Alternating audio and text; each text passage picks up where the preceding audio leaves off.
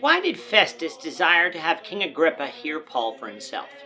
This is the question we seek to answer today as we continue our verse-by-verse study of the book of Acts on Walking Through the Bible.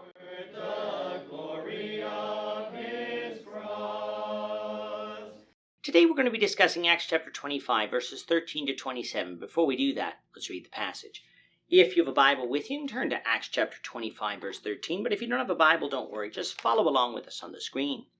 The version that we'll be reading from is the New King James Version. So, Acts chapter 25, beginning at verse 13. And after some days, King Agrippa and Bernice came to Caesarea to greet Festus. When they had been there many days, Festus laid Paul's case before the king, saying, There was a certain man left a prisoner by Felix, about whom the chief priests and the elders of the Jews informed me when I was in Jerusalem, asking for a judgment against him.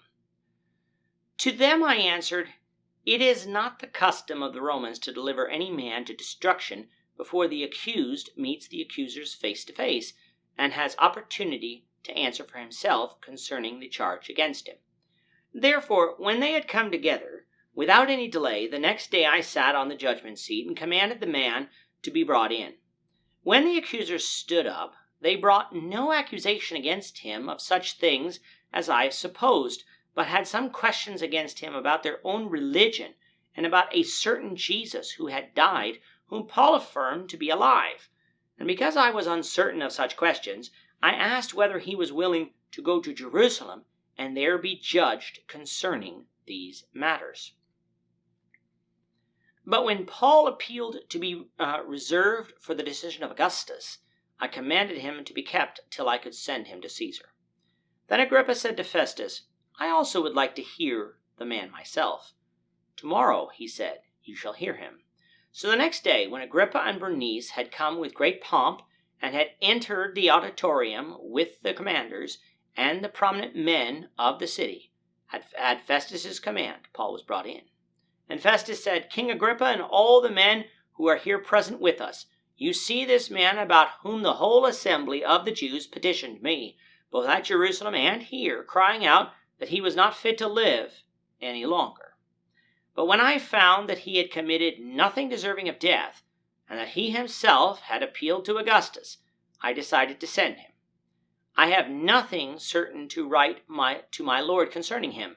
Therefore I have brought him out before you, and especially before you, King Agrippa, so that after the examination has taken place, I may have something to write.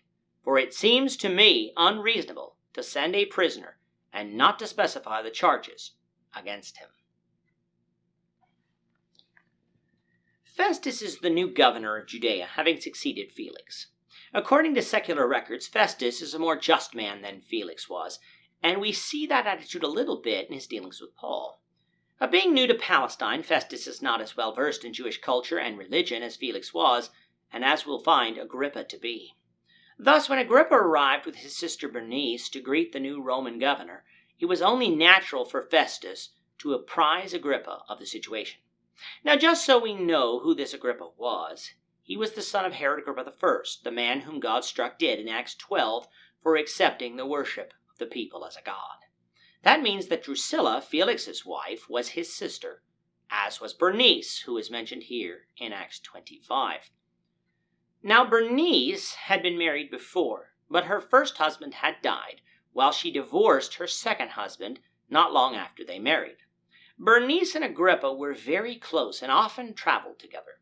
Their relationship was so close that it was often thought among the people, and recorded by Josephus, that these two were involved in an incestuous relationship.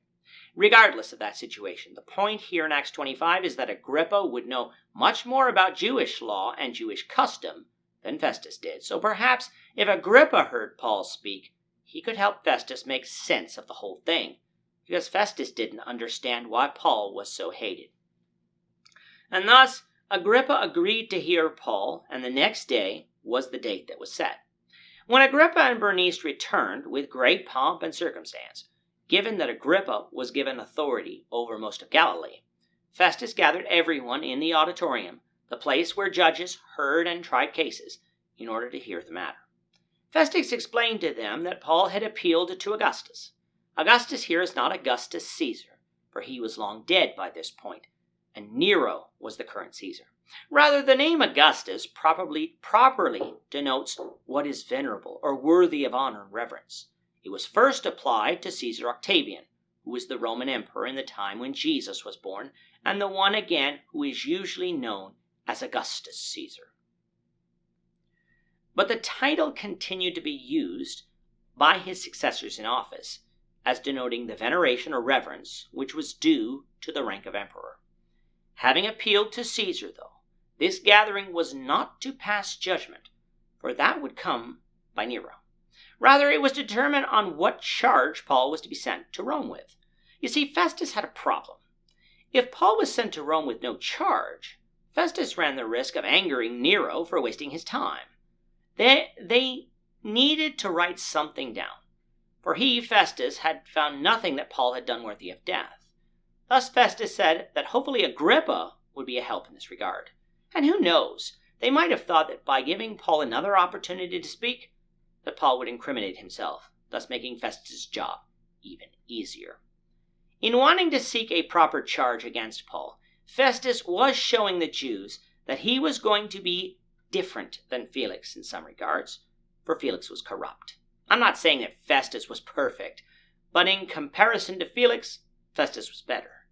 We'll begin to discuss Paul's defense before Agrippa, the Lord willing, in the next lesson. With that, our time is up for today. The Lord willing, we hope you'll join us for tomorrow's discussion of Acts chapter 26, verses 1 to 11, as we continue our walk through the Bible, one verse at a time. Thank you for watching today's episode.